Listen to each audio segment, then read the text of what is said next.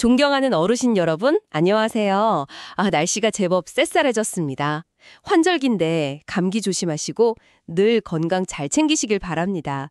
요즘 기초생활수급 관련해서요, 나라에서 조사를 좀 더 꼼꼼하게 한다는 소식이 있던데 혹시 이것 때문에 마음이 좀 불편하신 어르신들도 계실 것 같아요. 네, 그런 이야기들이 좀 있죠. 혹시 자녀가 가끔 주는 용돈 때문에 문제 생기지 않을까? 아니면 옛날에 들어둔 보험 같은 거, 그것 때문에 혹시 불이익이 있나? 이런 걱정들 충분히 하실 수 있다고 봅니다. 그래서 오늘 저희가요, 어르신들 이런 걱정을 좀 덜어드릴까 해서요, 최근에 바뀐 기초생활수급 조사 방식, 여기에 대해서 좀 속 시원하게 한번 풀어보려고 합니다. 네, 좋습니다. 어떻게 하면 이 달라진 제도에 잘 적응하고 또 우리 어르신들의 소중한 권리를 지킬 수 있을지 같이 한번 알아보겠습니다. 그리고 좋은 소식도 있다면서요. 혜택이 늘어난 부분도 있다던데. 맞습니다. 그 부분도 꼭 짚어드릴게요. 네, 이 부분도 귀 기울여 들어주시면 좋겠습니다. 자, 오늘 이 중요한 내용을 우리 어르신들 눈높이에 맞춰서 아주 쉽고 명확하게 설명해 주실 전문가님 모셨습니다. 네, 반갑습니다. 어르신들 궁금하신 점들 제가 아는 선에서 최대한 알기 쉽게 전달해 드리도록 노력하겠습니다. 사실 조사가 강화된다 이런 말 들으면 덜컥 겁부터 나실 수 있잖아요. 그렇죠. 아무래도 좀. 그런데 또 한편으로는 자격 기준은 오히려 좀 낮아져서 예전에는 아깝게 혜택 못 받으셨던 분들도 이번엔 기회가 생겼다. 이런 이야기도 들리거든요. 네, 정확히 보셨습니다. 이게 양면이 다 있는 건데요. 그러니까 부정함에 받는 걸 막으려는 노력도 있지만 동시에 정말 도움이 필요하신 분들은 더 두텁게 지원하려는 그런 변화가 같이 가고 있는 겁니다. 그럼 균형이 중요하겠네요. 맞습니다. 어느 한쪽으로 치우치지 않게 제가 균형 잡힌 정보를 드리도록 하겠습니다. 좋습니다. 오늘처럼 어르신들께 꼭 필요한 최신 복지 정보, 이거 놓치지 않으시려면요. 지금 보고 계신 화면 아래쪽에 보시면 구독 버튼 있고요. 또 좋아요 버튼도 있거든요. 그거 한 번씩 꾹 눌러주시면 저희가 앞으로도 좋은 정보 만드는데 정말 큰 힘이 됩니다. 꼭 좀 부탁드릴게요. 자, 그럼 이제 본격적으로 이야기를 좀 시작해 볼까요? 왜 갑자기 이렇게 조사가 좀 깐깐해진 걸까요? 예전하고 비교해서 뭐가 달라진 겁니까? 정부가 조사를 강화하게 된 가장 큰 이유는요, 좀 안타까운 얘기지만 자격이 안 되시는데도 부적절한 방법으로 수급비를 받아가시는 사례가 이게 꾸준히 발견됐기 때문이에요. 그런 경우가 있었군요. 네. 그래서 정말 도움이 절실한 분들께 지원이 제대로 가도록 일종의 정리 작업을 하는 거다 이렇게 이해하시면 좀 편하실 것 같습니다. 그렇군요. 정리 작업. 그럼 그 작업을 위해서 구체적으로 어떤 방법이 쓰이는 건가요? 가장 큰 변화, 이게 뭐냐면요. 예전에는 주로 담당 공무원들이 서류를 봤잖아요. 네, 그랬죠. 서류 내고 기다리고. 네. 그런데 이제는 그게 아니라 아주 똑똑한 컴퓨터 시스템, 이걸 도입했어요. 인공지능, AI라고 하죠. 차세대 사회보장 정보 시스템이니 복지부 클린 시스템이니 이름은 좀 어려운데요. 인공지능, AI요. 아이고, 그거 어르신들께는 좀 낯설고 어렵게 들릴 수도 있겠는데요. 그게 대체 어떻게 돌아가는 방식인가요? 네. 어렵게 생각하실 필요는 없고요. 쉽게 말하면 이렇습니다. 컴퓨터가요, 여러 기관에 흩어져 있는 어르신 관련 정보를 한 곳에 쫙 모아요. 정보를 다 모은다고요? 어떤 정보요? 예를 들면 세무서에 있는 소득 자료 있죠. 건강보험공단에는 병원 언제 가셨는지 기록이 있고요. 은행에는 돈 들어오고 나갔네요. 카드사는 어디서 뭘 사셨는지, 심지어는 휴대폰 통화 기록이나 위치 정보, 또 집에서 전기 얼마나 쓰시는지 이런 것까지 다 연결해서 보는 겁니다. 세상에, 그렇게까지 다 본다고요? 전기 사용량까지요? 네.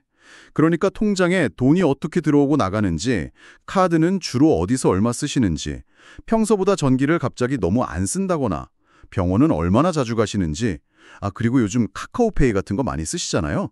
그걸로 자녀분한테 용돈 받은 내역까지도 파악이 가능해졌어요. 이야, 그럼 진짜 숨길 수가 거의 없겠네요. 그렇죠. 예전처럼 에이, 이 정도는 괜찮겠지, 설마 이것까지 알겠어 하는 생각이 이제는 좀 통하기 어려워진 환경이 된 겁니다. 혹시 그럼 실제로 이 시스템 때문에 문제가 드러난 사례 같은 게 좀 있을까요? 어르신들이 들으시면 아하 하고 바로 이해하실 만한 그런 이야기요. 그럼요. 있습니다. 예를 들어서 한 70대 어르신 얘기인데요. 이분은 자녀분이랑 같이 살고 계셨어요. 근데 주소만 혼자 사는 것처럼 고시원으로 딱 옮겨놓고 1인 가구 수급비를 받으신 거예요. 아이고, 주소만요? 네. 그런데 이 똑똑한 시스템이 딱 보니까 그 고시원의 전기 사용량이 너무 적은 거예요. 거의 사람이 안 사는 수준으로요. 그래서 결국 자녀 집에서 지내신다는 게 밝혀졌죠. 아, 전기 사용량으로 그걸 알아냈군요. 또 다른 사례는 이혼 신고만 하고 실제로는 계속 같이 사는 부부가 있었어요. 60대셨는데 각각 1인 가구로 신청해서 수급비를 받으려고 하신 거죠. 근데 이것도 가스 사용량이나 통신 기록 같은 걸 분석해 보니까 아무래도 한 집에 사는 정황이 드러난 거고요. 허허, 참. 또 아들 명의로 된 좋은 차, 에쿠스 같은 거요. 그걸 본인이 계속 운전하고 다녔던 어르신이나 작은 상가에서 월세 받는 걸 신고 안 하셨던 분도 결국엔 다 확인이 됐습니다. 심지어는요, 동네 미용실에서 잠깐씩 일 도와주고 현금으로 몇 푼 받은 걸, 그걸 신고 안 했다가 나중에 밝혀져서 몇 년치 수급비 수천만 원을 도로 내야 했던 60대 여성분 사례도 있었어요. 아이고, 몇 천만 원이요? 그 잠깐 일 도와주고 받은 돈 때문에요. 정말 생각지도 못한 부분에서 문제가 커질 수도 있군요. 그럼 이렇게 뭐랄까 적발되면 그냥 받은 돈만 돌려주면 끝나는 건가요? 아니면 다른 처벌도 있습니까? 안타깝지만요, 그냥 받은 돈 돌려주는 걸로 안 끝나는 경우가 많습니다. 일부러 속였다, 고의성이 인정되면요, 법에 따라서 1년 이하 징역이나 1,000만 원 이하 벌금형을 받을 수 있어요. 징역까지요? 네. 그리고 부당하게 받은 수급비는 당연히 전액 돌려줘야 하고 거기에 이자까지 붙여서 내야 합니다. 사안이 좀 심각하다 싶으면 부정하게 받은 돈의 최대 5배까지 과징금이 추가될 수도 있고요. 특히나 부정수급 기간이 6개월 넘거나 금액이 300만 원 이상이면 형사 고발 대상이 될 수도 있어요. 와, 듣기만 해도 등골이 오싹한데요. 근데 이걸 반대로 생각해보면요. 정직하게 다 신고하고 제대로 혜택 받고 계신 대다수의 어르신들, 이런 분들은 이런 걱정 전혀 할 필요가 없다는 말씀이시죠? 정확합니다. 바로 그겁니다. 오히려 떳떳하게 수급자기를 유지하고 계신 어르신들께서는요, 이번 조사를 통해서 제도가 더 투명해지고, 정말 도움이 필요한 분들께 혜택이 더 잘 돌아가겠구나, 이런 긍정적인 효과를 기대하셔도 좋습니다. 그러니까 너무 불안해하지 않으셔도 돼요. 그 말씀 들으니 정말 다행이고 좀 안심이 됩니다. 그럼 우리 어르신들이 혹시라도 나도 모르게 실수하거나 오해를 받아서 불이익 당하는 일 없으려면 어떤 점들을 특히 좀 조심해야 할까요? 제일 중요한 것들 위주로 몇 가지만 딱 짚어주시겠어요? 네, 여러 가지가 있겠지만 우리 어르신들께서 이건 정말 꼭 기억하셔야 한다 하는 것 5가지를 중심으로 말씀드릴게요. 첫째는요, 모든 소득은 즉시 그리고 반드시 신고해야 한다는 겁니다. 아주 작은 돈이라도 소득이 생기면 바로 알리는 습관, 이게 중요합니다. 모든 소득이라면 그 범위가 어디까지인가요? 예를 들어서 옆집 영감님 부탁으로 잠깐 텃밭 봐주고 한 2, 3만 원 받았다. 이런 것도 해당되나요? 원칙적으로는 그렇습니다. 아주 잠깐 하는 아르바이트 소득도 그렇고요. 자녀가 정기적으로 용돈 주는 거 있죠. 특히 요즘 카카오페이나 계좌이체로 많이 주시는데 월 한 5만 원 이상 받으면 이것도 해당될 수 있어요. 은행 예금이자, 국민연금 말고 개인적으로 드는 연금, 종류나 금액 상관없이 소득이 발생하면 바로 신고하시는 게 제일 좋습니다. 법적으로는 14일 안에 하라고 되어 있지만 솔직히 그거 깜빡하기 쉽잖아요. 그렇죠. 날짜 세고 있기도 어렵고. 네, 그러니까 가급적이면 그날 바로 아니면 다음 날이라도 바로 신고하시는 게 가장 안전합니다. 그런데요, 신고하면 당장 다음 달부터 수급비 깎일까 봐 이게 제일 걱정이실 텐데 그래서 신고를 좀 꺼리게 되기도 하고요. 그 마음 충분히 이해됩니다. 하지만 신고한다고 해서 무조건 수급 자격이 팍 없어지는 게 아니에요. 발생한 소득 액수에 따라서 다음 달 급여액이 일부 좀 조정될 뿐입니다. 오히려 신고를 안 했다가 나중에 걸리면 아까 말씀드렸죠. 부정수급으로 간주돼서 훨씬 더 큰 문제, 환수나 처벌 같은 게 생길 수 있어요. 그리고 여기서 아주 중요한 희소식이 하나 있습니다. 희소식이요? 어떤 건가요? 65세 이상 어르신이 일을 해서 버시는 소득 있죠? 여기에 대해서 공제 혜택, 그러니까 빼주는 금액이 크게 늘었어요. 그래요? 얼마나 늘었는데요? 한 달에 20만 원은 그냥 기본으로 빼주고요. 거기에다가 추가로 번 돈의 30%를 더 빼줍니다. 예를 들어서 한 달에 50만 원을 버셨다. 그럼 20만 원은 기본으로 빼고 남은 30만 원 있죠? 그거의 30%, 그러니까 9만 원을 더 빼주는 거예요. 그럼 총 29만 원을 소득에서 빼주는 셈이죠. 와, 29만 원이나요? 그럼 신고하는 게 훨씬 유리할 수도 있겠네요? 그렇죠. 그러니까 일하시는 어르신들은 이 혜택 꼭 활용하셔서 당당하게 신고하시는 게 훨씬 이득입니다. 자, 둘째, 실제 살고 계신 곳, 즉 거주지를 기준으로 정확히 신고해야 합니다. 이게 서류상 주소랑 실제 주로 생활하시는 곳이 다른 경우가 생각보다 많아요. 예를 들면 자녀분 댁에 가 계신다거나 네, 맞아요. 자녀집이나 요양시설 같은 다른 곳에서 사실상 지내시면서 주소만 예전에 혼자 살던 곳으로 그냥 놔둔 경우, 이게 문제가 될 수 있습니다. 아까 그 똑똑하다는 컴퓨터 시스템이 그것도 다 안다고요? 어떻게 알죠, 그런 걸? 네. 아까 잠깐 말씀드렸듯이 전기나 수도 사용량이 너무 적거나 거의 없다든지 휴대폰 기지국 위치 정보, 병원 어디서 이용하셨는지, 카드 어디서 긁으셨는지, 택배 어디로 받으셨는지 이런 걸 다 종합적으로 봐요. 그래서 실제 어디서 주로 생활하시는지를 어느 정도 추정할 수 있는 거죠. 이야, 참 대단하네요. 따라서 실제 사시는 곳이 주민등록 주소랑 다르다면 반드시 주민센터에 그 사실을 알리셔야 해요. 그리고 상황에 맞게 동거인으로 신고를 하시든가 아니면 실제 사는 곳에 대한 임대차 계약서 같은 걸로 증명을 하시는 게 좋습니다. 숨기려고 하시는 것보다 투명하게 처리하는 게 중요해요. 셋째는 금융자산 관리. 여기에 조금 더 신경을 쓰셔야 합니다. 예금, 적금, 보험 같은 것들이겠죠. 맞아요. 많은 어르신들이 적금 조금만 들면 바로 수급 자격 탈락한다더라 이렇게 잘못 알고 계신 경우가 많더라고요. 그래서 저축 좀 하려고 해도 망설이지고. 그 오해를 제가 꼭 풀어드려야겠네요. 무조건 탈락하는 거 아닙니다. 예금, 적금, 주식, 또 보험 해약하면 돌려받는 돈 있죠? 이런 걸 다 합친 금융재산을요. 한 가구당 500만 원까지는 생활준비금이라고 해서 아예 재산으로 안 쳐요. 그냥 빼줍니다. 500만 원까지는 괜찮군요. 네. 거기다가 추가로 사시는 지역별로 정해진 기본재산액이라는 걸 또 빼줘요. 예를 들어 서울 같은 대도시는 이 기본재산액이 9,900만 원이에요. 그러니까 다른 재산이 하나도 없다고 치면 금융재산만으로는 총 1억 400만 원, 500만 원 플러스 9,900만 원까지는 괜찮다는 계산이 나오는 거죠. 와, 생각보다 기준이 꽤 높네요. 그렇죠. 물론 이 공제 한도를 넘는 금액은 소득으로 일부 계산되기는 합니다. 그 계산 방식이 조금 복잡하긴 한데 중요한 건 뭐냐?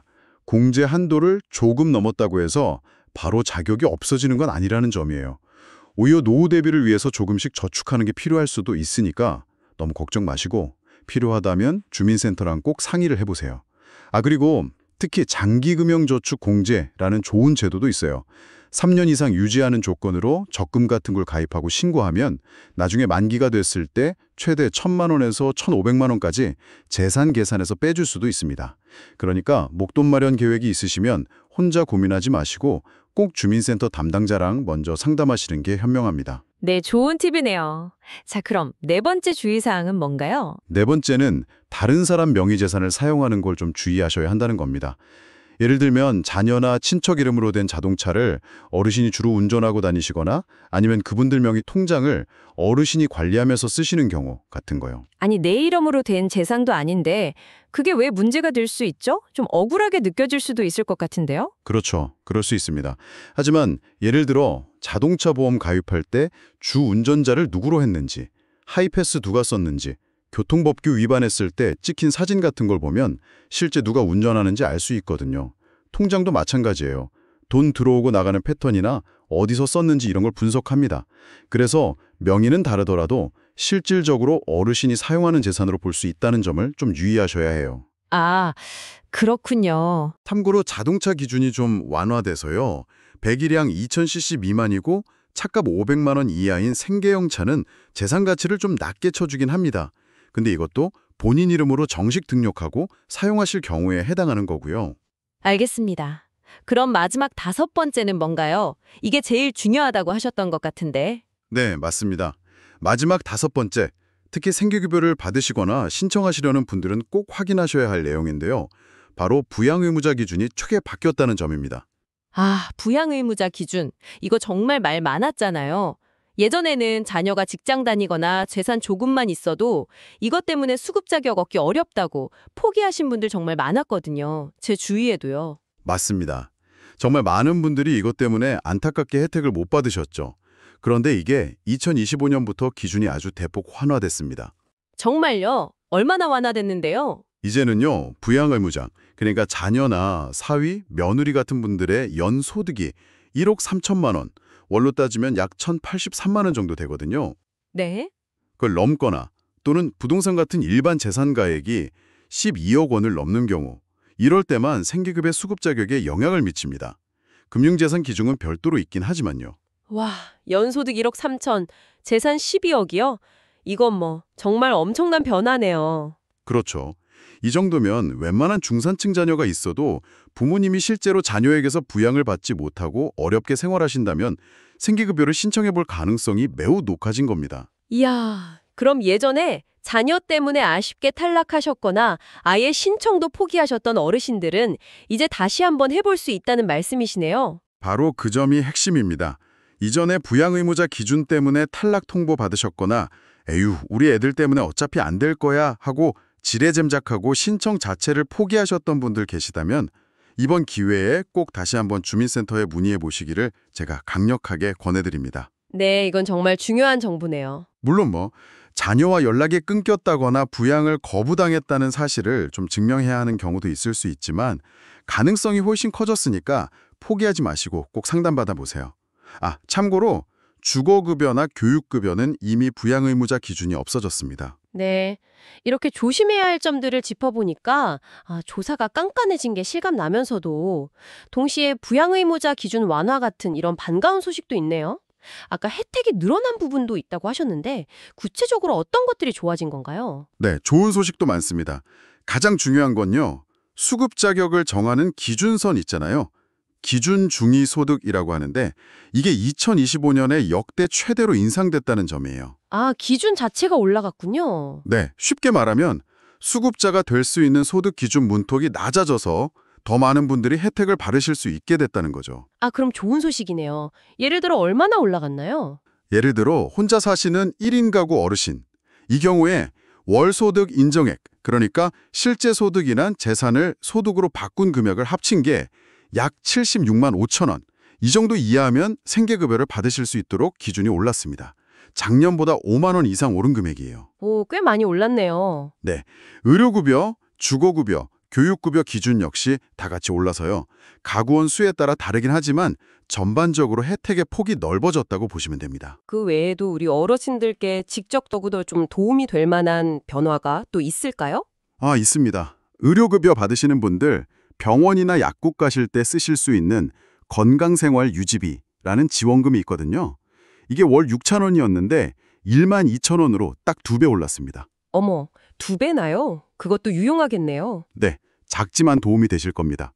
그리고 아까 말씀드린 65세 이상 어르신 근로소득 공제 커진 거, 생계형 자동차 기준 완화된 거 외에도요. 주거급여 받으시는 분들 임대료 지원해주는 상한액, 낡은 집 고칠 때 지원하는 수선유지급여 비용도 인상됐고요. 교육급여 받는 학생들 위한 활동지원비도 올랐습니다. 이야, 정말 다양한 부분에서 실질적인 혜택이 많이 늘었군요. 그만큼 해당되시는 분들이 많아질 수 있겠어요. 맞습니다. 그래서 제가 다시 한번 강조하지만 과거에 신청했다가 탈락했던 경험이 있으시거나 자녀 때문에 혹은 다른 이유로 신청을 좀 망설이셨던 분들, 이번에는 꼭 용기를 내서 다시 한번 알아보시기를 바랍니다. 정부에서는 이번 기준 완화 같은 걸로 약 7만 명 이상이 새롭게 수급 혜택을 받게 될 걸로 기대하고 있거든요. 7만 명이요. 정말 많은 분들이네요. 그럼 신청하는 방법은 어렵지 않죠. 어디로 가서 어떻게 하면 되는지 간단히 좀 알려주시면 좋겠습니다. 네, 신청 방법 간단합니다. 가장 기본적인 건 신분증하고 필요한 서류 몇 가지 챙기셔서 가까운 동네 주민센터, 요즘은 행정복지센터라고 하죠. 거길 방문하시는 거고요. 네.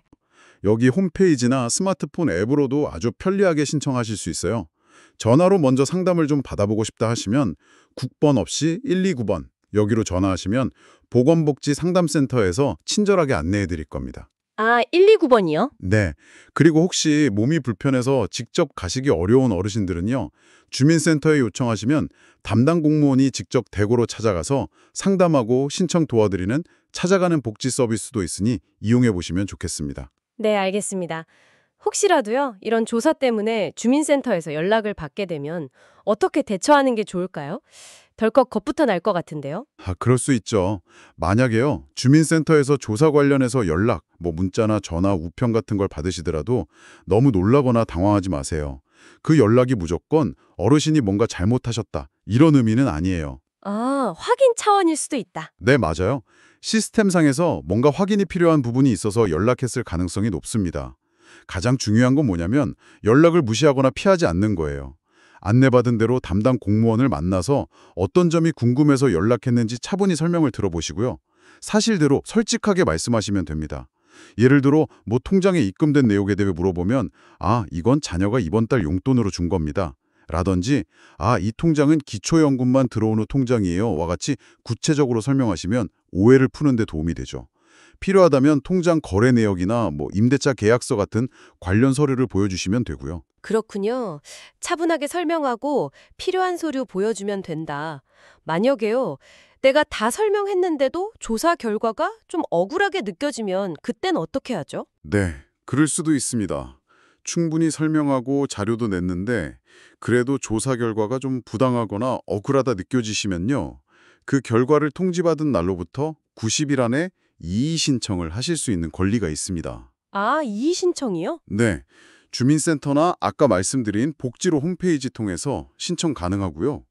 잘 모르시겠으면 129번에 전화해서 문의하셔도 절차 안내받으실 수 있습니다. 포기하지 마시고 권리를 행사하시기 바랍니다. 네, 오늘 정말 우리 어르신들께 꼭 필요한 정보들을 아주 자세하게 알아봤습니다. 오늘 이야기를 좀 정리해 볼까요? 인공지능 시스템 도입으로 기초생활 수급 조사가 예전보다 훨씬 꼼꼼해진 건 사실이지만 정직하게 신고하고 생활하시는 분들은 크게 걱정하실 필요 없다는 점, 네, 맞습니다. 특히 아까 말씀해 주신 5가지 주의사항, 소득 생기면 바로바로 신고하기, 실제 사는 곳 기준으로 신고하기, 금융재산 한도 잘 이해하고 관리하기, 다른 사람 명의 재산 사용하는 거 주의하기, 그리고 마지막으로 크게 바뀐 부양 의무자 기준 꼭 확인해서 혹시 해당되시면 재신청도 고려해보기. 이거 꼭 기억해 주시면 좋겠습니다. 그렇습니다. 그리고 동시에 수급 자격 기준은 좀 더 넓어지고 각종 지원 혜택은 늘어난 부분도 많으니까요. 이전에 해당 안 되셨거나 신청을 망설이셨던 분들은 이번 기회에 꼭 용기를 내서 다시 한번 알아보시고 신청해 보시는 게 중요합니다. 너무 어렵게 생각하지 마시고요. 주민센터나 129 상담센터 도움을 받으시면 됩니다. 맞습니다. 어르신 여러분, 기초생활수급 제도는요, 결코 부끄러운 게 아닙니다. 어려운 시기에 우리 사회가 함께 책임지고 지원하는 당당한 권리입니다. 오늘 저희가 나눈 이야기가 우리 어르신들의 소중한 권리를 잘 지키시고 조금이나마 더 안정적인 생활을 꾸려나가시는 데 힘이 되기를 진심으로 바랍니다. 혹시 오늘 내용 들으시면서 더 궁금한 점이나 나누고 싶은 경험 같은 거 있으시면요, 주저하지 마시고 아래 댓글로 편안하게 남겨주세요. 어르신들의 소중한 경험과 질문 하나하나가 서로에게 큰 위로와 정보가 될 겁니다. 그리고 앞으로도 이렇게 중요하고 유익한 복지 소식 놓치지 않고 가장 먼저 받아보시려면요, 저희 채널 구독과 좋아요, 그리고 알림 설정까지 꼭 좀 부탁드립니다. 새로운 정보 올라올 때마다 바로바로 확인하실 수 있거든요. 어르신들께서 눌러주시는 구독과 좋아요가 저희에겐 정말 큰 응원이 됩니다. 저희는 다음에도 우리 어르신들의 생활에 실질적인 힘이 되는 알찬 정보로 다시 찾아뵙겠습니다. 부디 항상 건강하시고요. 매일매일 웃음 가득한 날들 보내시기를 기원합니다. 감사합니다. 네, 감사합니다. 건강하십시오.